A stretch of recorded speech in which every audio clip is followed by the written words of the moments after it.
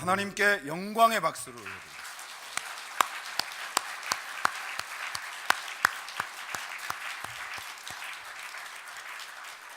하나님께서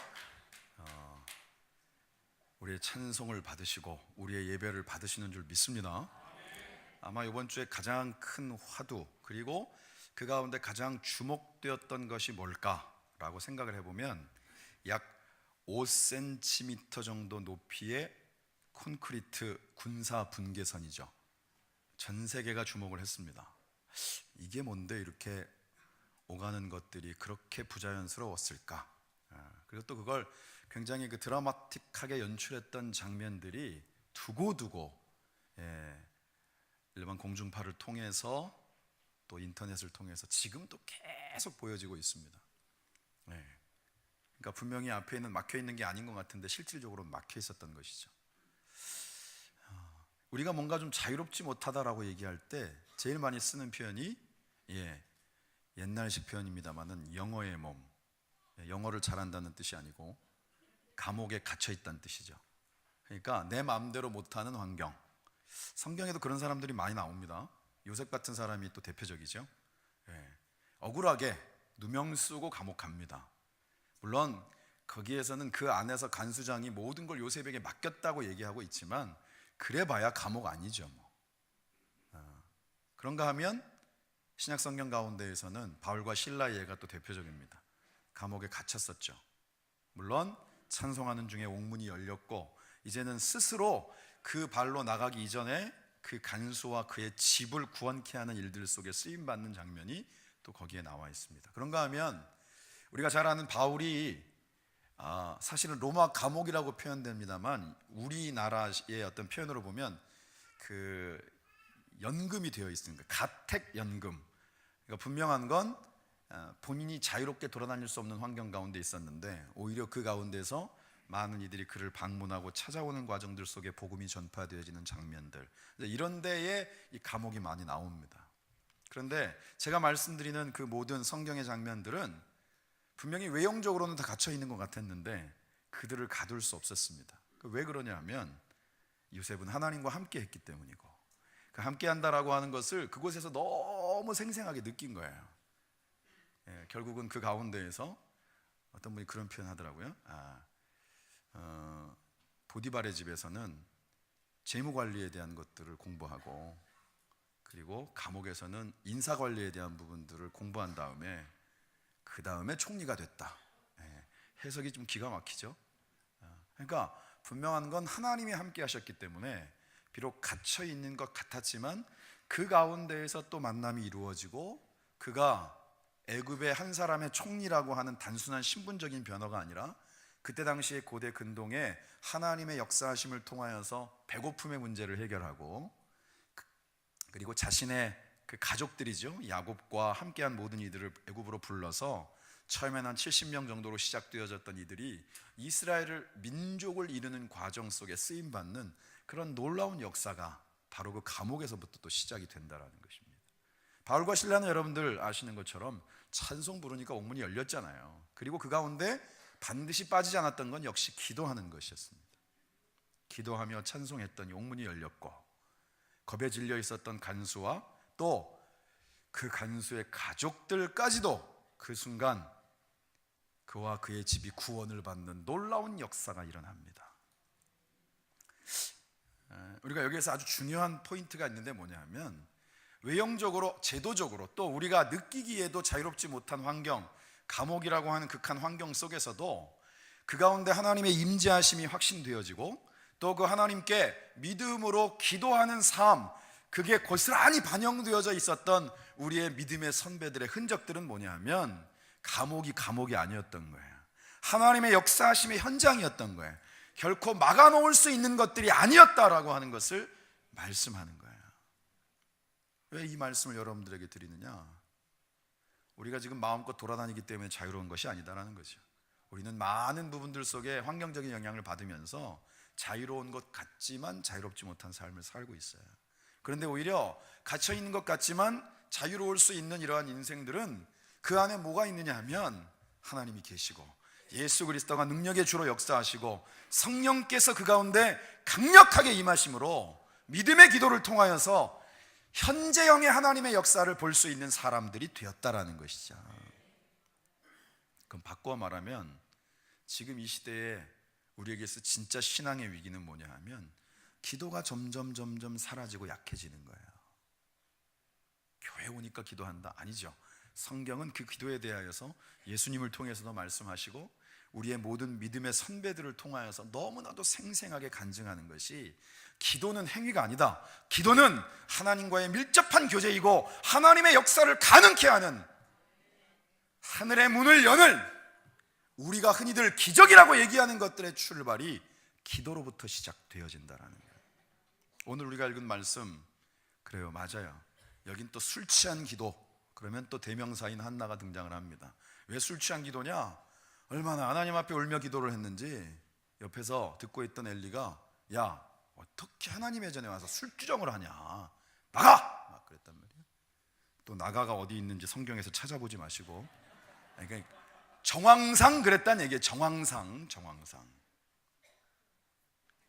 그랬는데 오늘 우리가 읽은 말씀에 27절 이 아이를 위하여 내가 기도하였더니, 그리고 26절 끝에 이렇게 되어 있죠.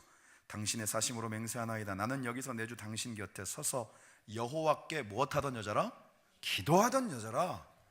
분명히 아이를 달라고. 왜냐? 그때 당시에 아이를 낳고 안 낳고에 대한 부분들이 세상에 자기를 쉽게 말하면 감히 쳐다볼 수도 없던 존재가 자기를 깔보는 상황까지 이를 정도로 너무 삶이 막 그냥 뭐라고 표현할 수 없는 막 자존심 상하고 막 마음이 무너지는 것 같은 일들이 있었던 거예요. 남편의 사랑도 소용없어. 엄청 잘해줬는데도 이 마음의 한구석에 대한 부분들이 채워지지 않았는데 하나님께서 나의 기도를 들으시더니 사무엘을 허락하셨다는 거예요. 그 다음이 중요합니다. 그 다음이 뭐라고 되어 있냐면 그러므로 그 아이를 내게 허락하셨으니까 그러므로 나도 그를 여호와께 드린다.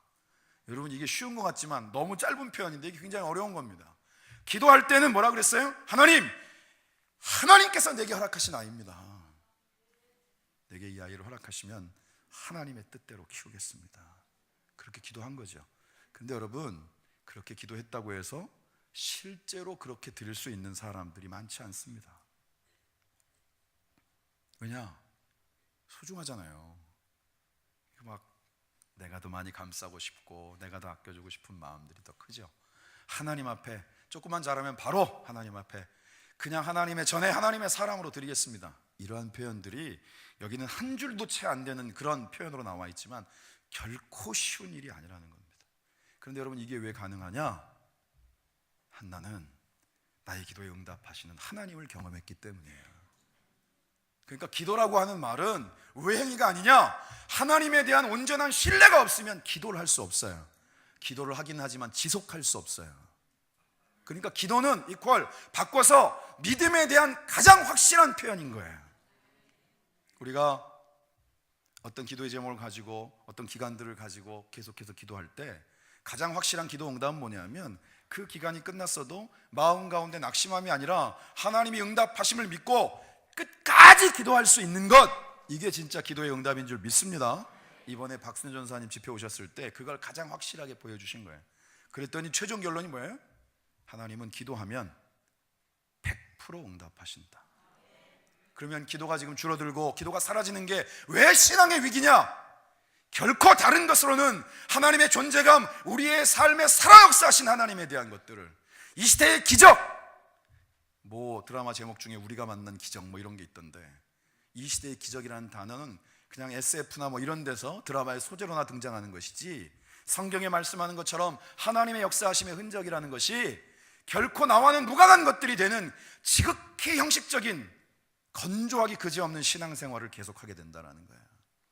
그러니까 신앙생활이 재미가 없죠. 신앙생활을 재미로 합니까? 여러분 그래도 재미있는 게 낫지 않습니까? 맨날 심각해야 됩니까? 저 생각보다 굉장히 심각한 사람입니다. 그래도 오늘은 여러분들에게 즐거운 기쁨에 우리 가운데 희락의 선물을 주시는 하나님에 대해서 나누고 싶기 때문에 이렇게 웃는 겁니다. 우리가 지금의 이런 영적인 위기에 대한 부분들, 영적인 어떤 이런 나름대로의 경고등에 대한 부분들을 인식하지 못하면 개인과 가정과 교회에 대한 부분들이 점점 이 시대 가운데서 영적인 능력을 잃어가는 거예요. 제일 처음에 5cm짜리 콘크리트 얘기를 했습니다만, 그 어떠한 장벽들도 하나님의 역사하심을 통하여서 넘을 수도 있고, 그리고 외부의 침입으로부터 우리가 보호받을 수도 있고, 그것은 사람들이 쳐놓은 것들로 인하여서 결정되어지는 것이 아니라는 겁니다. 바꿔 말하면 여러분, 그 5cm짜리가 어떻게 전쟁을 막을 수 있습니까? 그 모든 상황과 환경 속에 하나님의 세밀하신 역사하심이 있었기 때문에 이 나라의 민족이 여기까지 온 줄 믿습니다. 그래서 오늘 우리는 또 깨어서 기도해야 되는 거예요. 그런데 요즘 성도들은 기도 빼고 다 합니다. 물론 우리 길교회는 아니라고 이 연사 자신 있게 얘기하고 싶은데, 근데 참 대부분의 그리스도인들이 기도 빼고 다 합니다. 그래서 하나님을 만나지 못하는 거예요. 다른 건 다 합니다. 인간적으로 할 수 있는 노력, 내가 만나고 관계하고 또 이루어갈 수 있는 많은 부분들에 대해서 최선을 다합니다. 밤낮이 없이 뛰어다닙니다. 그래서 기도할 시간이 없다라고 스스로들 생각합니다. 그리고 기도할 시간이면 현실적인 이러한 상황들 가운데 내가 더 뛰어다니고 더 이 문제 해결을 해낼 수 있는 실질적인 관련되어져 있는 사람들을 만나야 된다라고 누구나 다 그렇게 생각을 하는 것들이 이미 이 시대의 흐름이 되어져 버렸습니다. 그런데 여러분, 성경을 보십시오. 아까 감옥의 얘기를 했느냐? 아무것도 자기의 자의적으로는 할 수 없는 환경 가운데, 그가 복음에 열정이 없어서도 아니고 똑똑하지 못해서도 아니고 그가 세상 가운데 나눌 수 있는 권력이 없기 때문도 아닌데, 그 스스로는 아무것도 할 수 없는 환경 가운데 있는 이들을 통하여서 하나님의 가장 강력한 역사를 보여주신 출발은 누가 뭐라고 해도 기도입니다. 이 시대에 교회가 가장 생명력 있을 수 있으려면 기도의 힘을 경험해야 되는 거예요, 여러분. 기도의 힘을. 근데 그게 누구는 하고 누구는 안 하고 그러면 안 됩니다. 저는 이 길교에 속한 모든 믿음의 식구들이 그 기도의 능력을, 하나님의 역사하심을 온전히 함께 경험하기를 소망합니다. 여러분, 예수님이 십자가에 못 박히시고 난 다음에 두려움에 떨던 이들이, 지난주에도 나눴습니다마는, 그저 마음 가운데 두근반 세근반 하고 쫄아들어서 방 밖으로도 못 나가고 그 가운데 했던 게 기도밖에 없는데, 그 기도함을 통하여 성령이 역사하시니까 방을 팍 차고 나가고 죽음을 두려워하지 않고 예수님 내팽개치고 옷도 못 입고 도망갔던 사람들까지 다 돌아와서 그들이 초대교회 역사에 순교의 한 페이지를 모두 다 장식했다는 사실이에요. 놀랍지 않습니까, 여러분? 우리가 갖고 있는 이성적인 머리나 사회적인 가방끈이나 그 다음에 뭔가 세상 가운데 위세를 떨칠 수 있는 권세를 가지고 복음이 전파되었다면 그런 일들은 절대로 나타나지 않는다는 것입니다.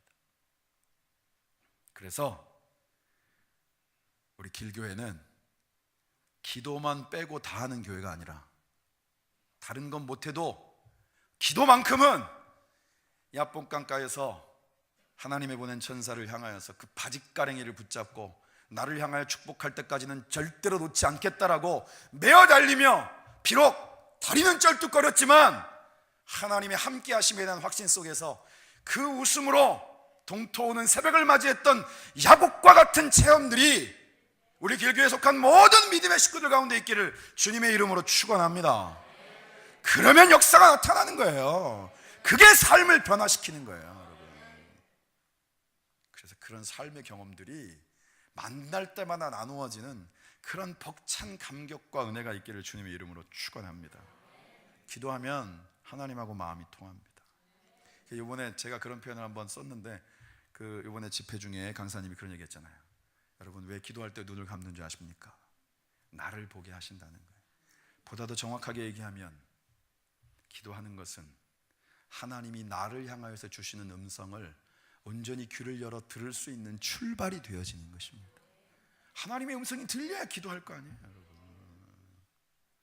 그러니까 이 눈을 감는 것으로부터 은혜가 출발되는 거예요. 지금은 아닙니다. 지금은 눈을 뜨셔야 되고. 그래서 눈을 감으면 하나님이 나를 향한 음성들이 고스란히 들려져요. 하나님의 약속의 말씀이 나를 향해서 주시는 음성으로 그대로 들려지게 될 줄 믿습니다. 기독교는 누가 뭐라고 해도 구약 신약, 진짜 교회 처음 오시는 분들은 이게 약 이름이라고 생각할 수도 있어요. 근데 또 약도 맞습니다. 다 영적인 육적인 처방이 가능하기 때문에 약이야 이게.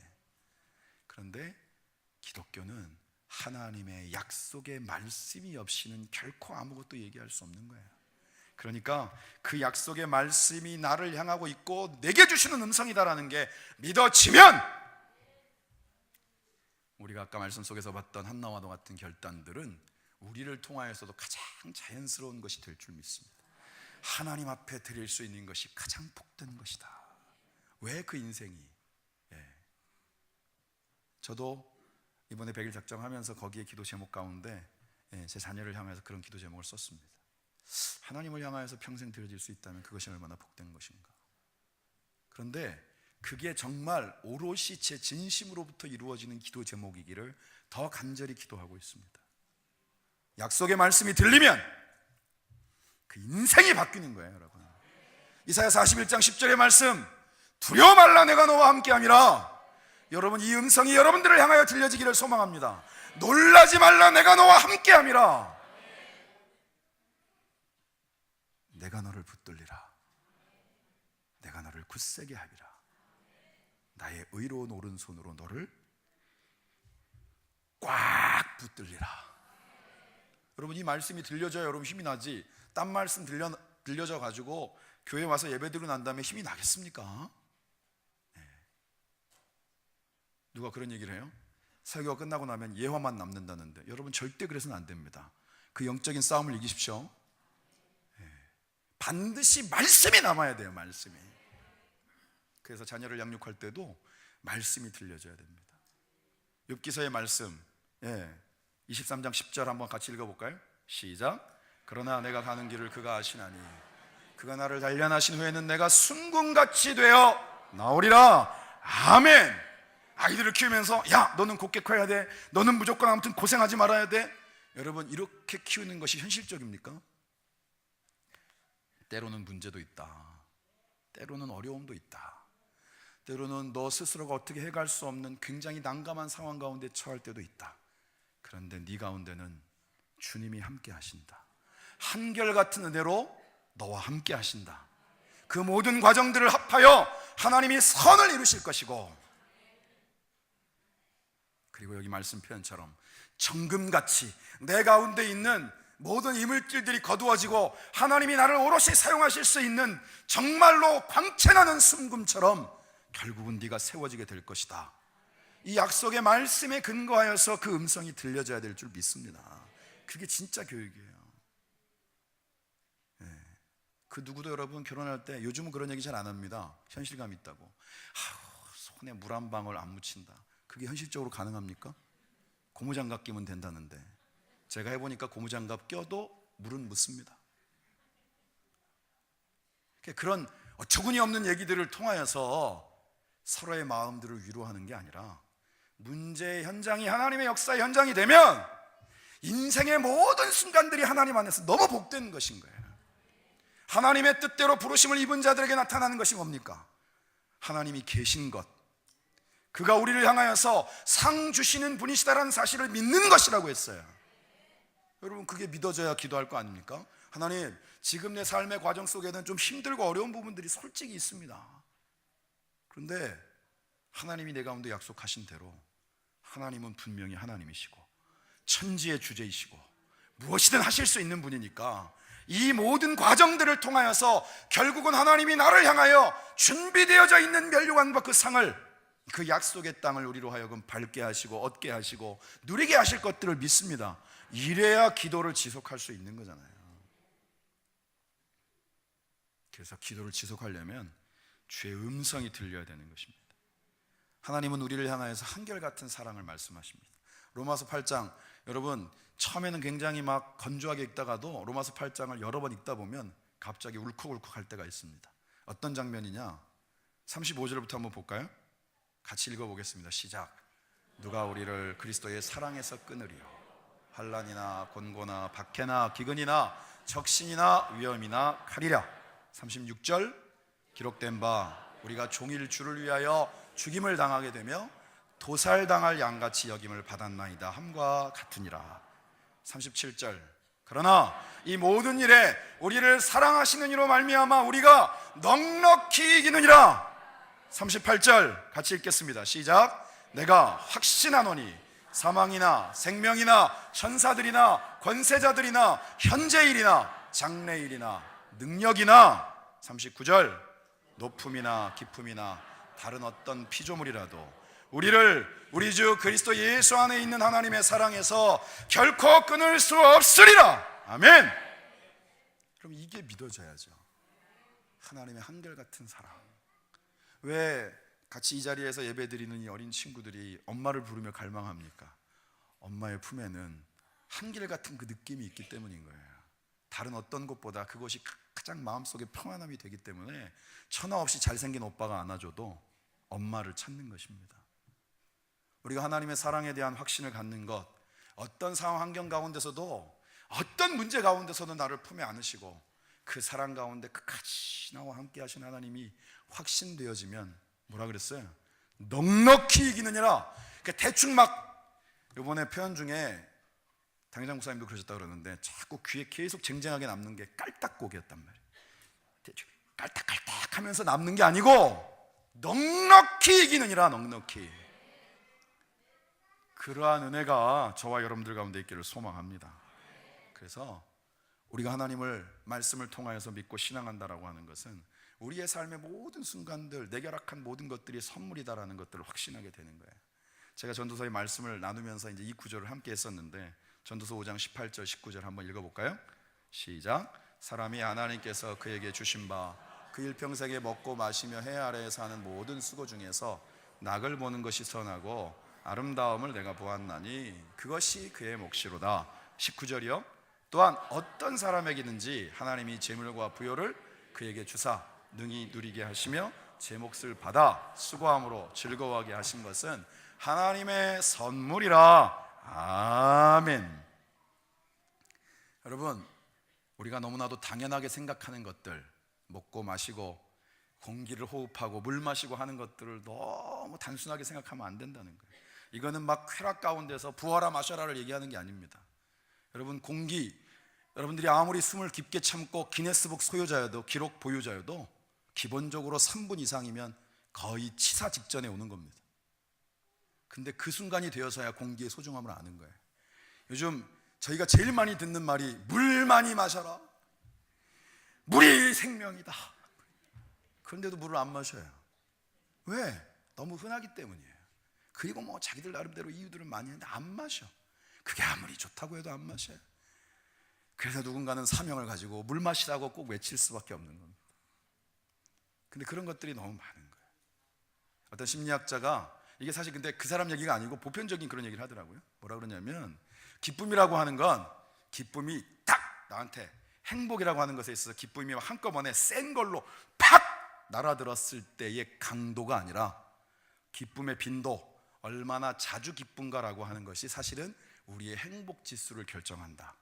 그게 무슨 뜻이냐면 자 이제부터 우리가 딱 생각했을 때 지구상의 절경 죽기 전에 꼭 한번 가봐야 되는데 거기를 생각하고 거기 꼭 가봐야지 라고 생각하고 그 외에 나머지 모든 부분들을 그거 외에는 생각하지 않는 삶은 사실은 막상 그거 보고 나면 그거로 인한 여우는 오래가지 않는다는 거예요. 여러분 금메달 따도 그게 3개월밖에 안 간다는데, 그러니까 우리 가운데 일상 속에 있는 작은 행복들을 놓치면서 그런 것들을 통해서 어마어마한 기쁨과 행복들을 생각하는 것 자체가 우리를 잘못 이해하고 있다는 거예요. 여러분 날씨 좋을 때 이 원천공원에 나가도요 얼마나 보기에 행복한 모습들이 많은 줄 아십니까? 아이들 끌고 다니고 자전거 타고 다니고 그 가운데 안에서 담소를 나누고 그리고 제 사랑이 듬뿍 담긴 와플을 먹고, 지금까지 먹어본 분들의 총평은 뭐냐면 송내역에서 줄 서서 먹는 와플보다 더 맛있다. 근데 이게 공짜라는 게 믿어지지 않는다. 이런 평이 참 많았습니다. 그런데 여러분, 그런 모습을 보면 이런 것이구나 라고 하는 걸 느낍니다. 제가 아까 전도서의 말씀을 나눴습니다만, 맞아요 여러분. 살을 빼서, 제가 막 뭔가 저를 합리화하기 위해서 그런 게 아니라 이 말씀을 그대로 풀다 보니까, 살을 빼서 어떤 옷을 걸어놓고 그 옷을 입었을 때 그 핏, 와 대박, 내가 이 옷을 막 단추가 잠겨 막 이런 느낌이 너무 좋은 사람들은 살을 빼는 데다가 모든 초점을 맞추고 먹는 거 조절하고 그래야 돼요. 근데 여러분, 그쪽이 과가 아닌 분들, 누구라고 얘기는 안 하고 여러분들이 보고 계신 저 같은 사람들을 포함해 하나님이 허락하신 것들 중에 먹는 것과 마시는 것들을 통하여서도 작은 기쁨들이 아니라 꽤나 큰 기쁨이 이루어지는, 냉장고에 있는 작은 음식 하나를 가지고도 제 나름대로의 손이 가면 멋진 퓨전의 음식이 만들어져서 찌개 하나로 밥을 먹어도 기가 막히게 맛있는, 이런 삶의 체질인 사람들은 여러분 또 먹는 즐거움을 놓치면 안 돼요 여러분. 그래서 저희 교회는 이 먹는 즐거움이 두 가지 부류로 나눠줍니다. 저처럼 이렇게 좋아하는 걸 먹으면서 느끼는 즐거움, 아무리 봐도 맛있어 보이지 않는데 그걸 먹으면서 또 진짜 맛있게 먹는 분들의 즐거움. 어느 쪽이든 즐거우면 돼요. 즐거우면. 왜? 하나님이 우리에게 허락하신 모든 것들이 귀한 것이고 은혜이기 때문입니다. 오늘 이 자리에서 우리가 예배하는 것들이 결코 우연일 수 없는 것은 하나님께서 저와 여러분들의 삶을 향하여서 오늘도 이 말씀을 주시고자 하나님의 살아 역사하심과 기도를 통한 분명한 응답하심과 우리의 삶이 하나님의 약속 위에 세워졌을 때 그 삶이 세상의 그 어떤 행복과도 바꿀 수 없는 얼마나 값진 것이고 빼앗아갈 수 없는 것인지를 알게 하시고자 부르셨단 말이에요. 그런데 이런 부르심에 응답한 사람들만 있는 게 아니라 들리긴 들렸는데 응답하지 않고 저 뒤쪽으로 몰아놓은 사람들도 있더라. 그래서 또 이 자리가 분명하게 우리에게 은혜인 줄 믿습니다.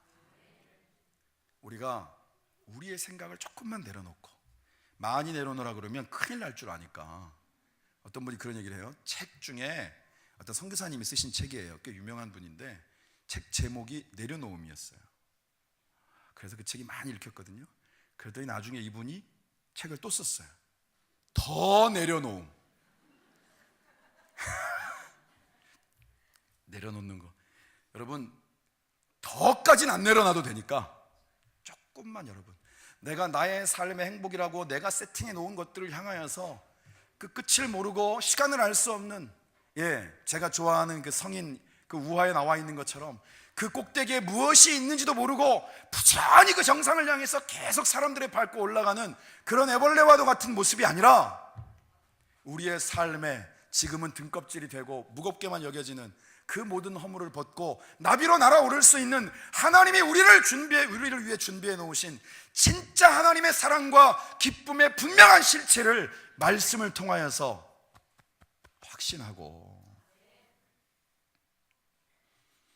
내 안에 예수님이 나와 함께 하시고 내 안에 성령께서 역사하시고 나의 삶을 하나님이 딱 붙잡고 그 능력의 손으로 이끌어 가시는 것을 확신함으로 한 걸음을 걸어도 좀 힘이 있고, 찬송의 가사만 그런 게 아니라 주와 함께 길 가는 것 즐거운 일 아닌가. 여러분, 제가 여기서 너무 많이 움직이면 어떤 분들이 또 시험 든다 그래서 말씀 전하는 목사가 너무 경망스럽다고 막 그런 얘기 할까 봐 자제하고 있을 때가 많습니다. 그러나 다윗과 같이, 그죠? 옷이 흘러내린지도 모르고 주의 계를 맞이할 때 그 춤추며 하나님을 기뻐했던 그 모습이 저와 여러분들 가운데 분명히 있단 말이에요. 우리를 조금만 내려놓으면 하나님이 우리의 삶을 통해 그러한 역사를 능히 이루실 줄 믿습니다. 그래서 저와 여러분들의 삶을 통해서 오늘 말씀의 제목처럼 우리는 내일 행복할 거야, 앞으로 몇 년 후에 행복할 거야, 이게 아니라 하나님의 뜻은, 따라합시다, 오늘도 행복하기를 원하신다. 오늘이 행복해야 우리에게 주어지는 날들 속에서의 앞으로의 시간들도 더 귀한 기쁨과 은혜가 있을 줄 믿습니다. 오늘 이 자리가 그 행복의 출발이 되어지시기를 다시 한번 주님의 이름으로 축원합니다. 기도하겠습니다. 하나님 감사합니다. 하나님 감사합니다. 오늘도 우리를 주의 전으로 부르시고 하나님을 아버지라 부르며 예배할 수 있게 하심에 감사합니다. 하나님, 그 어떤 것도 우리와 하나님의 관계의 것들을 끊어놓거나 막을 수 없음을 우리는 확신합니다. 믿음으로 기도의 자리에 있게 하옵소서. 하나님 앞에 믿음으로 간구하는 기도의 제목 가운데 응답하시는 하나님의 역사를 체험케 하옵소서. 한 걸음을 걸어도 주님과 함께 걸을 때 그 걸음이 복되고 그 걸음이 기쁘고 그 걸음들마다 메마른 땅에 꽃이 피어나는 놀라운 은혜의 역사를 넉넉히 이루시는 하나님을 날마다의 삶을 통하여 생생히 체험하는 귀한 복된 삶으로 주께서 역사하여 주옵소서. 감사와 영광과 찬송을 주님께 돌리며 예수님의 이름으로 기도드립니다. 아멘.